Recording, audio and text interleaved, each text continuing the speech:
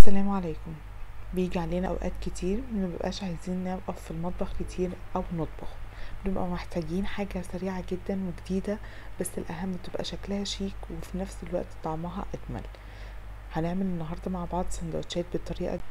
يلا نشوف هنعملها ازاي. متنسوش اللايك ويلا بينا نبدأ على طول.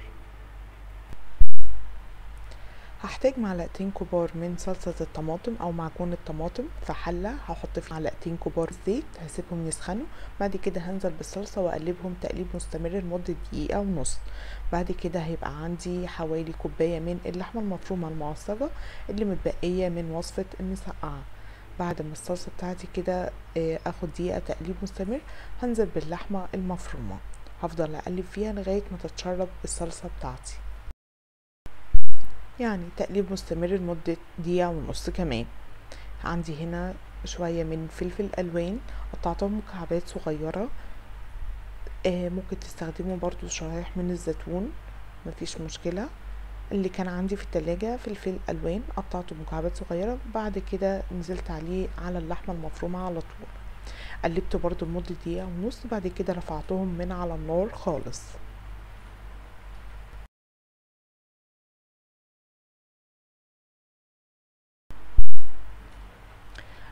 المكون الأساسي النهاردة عيش التورتيلا، ده موجود في كل مكان دلوقتي، وعملته معاكم في القناة وهسيب لكم لينك الفيديو في صندوق الوصف.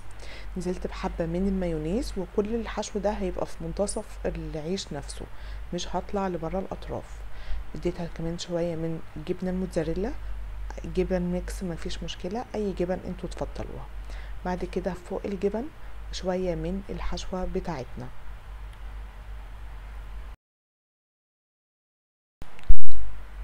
بعد كده هرجع، كان عندي شوية من الدوريتوس اللي هي رقائق الذرة، حطيت حوالي 3-4 وحدات كده، وده اختياري كمان مش اجباري.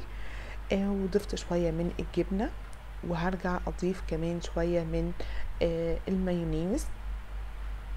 تقدروا تستخدموا تومية، يعني اي صوصات انتوا تفضلوها مفيش مشكلة. هضيف الرغيف التاني فوقيه بالمنظر ده، وهبتدي اطبقه كأني بطبق محفظة او بطبق بالشكل اللي انتوا شايفينه ده. انصحكم بالخطوة دي تعملوها وانتوا جنب البوتاجاز على طول، عشان مجرد ما تطبقوه على طول تحطوه في صينية او حلة غير قابلة للصق بممسوحة بمسحة من الزيت، ضروري جدا. وعلى الواجهة اللي هي مطبقة دي بالمنظر ده، مسحت صينية غير قابلة والأطراف لازم تكون من تحت الأول عشان يمسك معايا العيش. بعد كده أول ما تاخد لون أو أحس إن هي اتحمصت، أقلبها على الناحية التانية.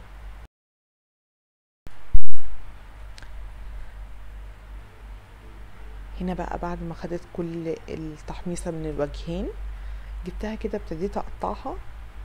هنا كان بيتزحلق مني على الطبق، فنقلتها على البورد اللي أنا كنت بعمل بيه، وابتديت اقطعها بالسكينة. كلها وهي سخنة يا جماعة، بجد في حتة تاني خالص.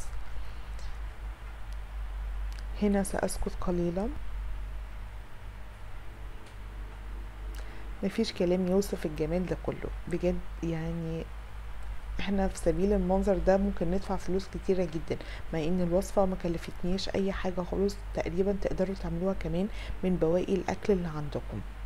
ده كان فيديو وصفة النهاردة، اتمنى يكون نال اعجابكم، واستنوني الفيديو ووصفات كتيرة جدا قريب جدا ان شاء الله. وما تنسوش اللايك، واللي بيشوفني لاول مرة ما ينساش يضغط اشتراك للقناة ويفعل زر الجرس على الكل. واسيبكم في رعاية الله.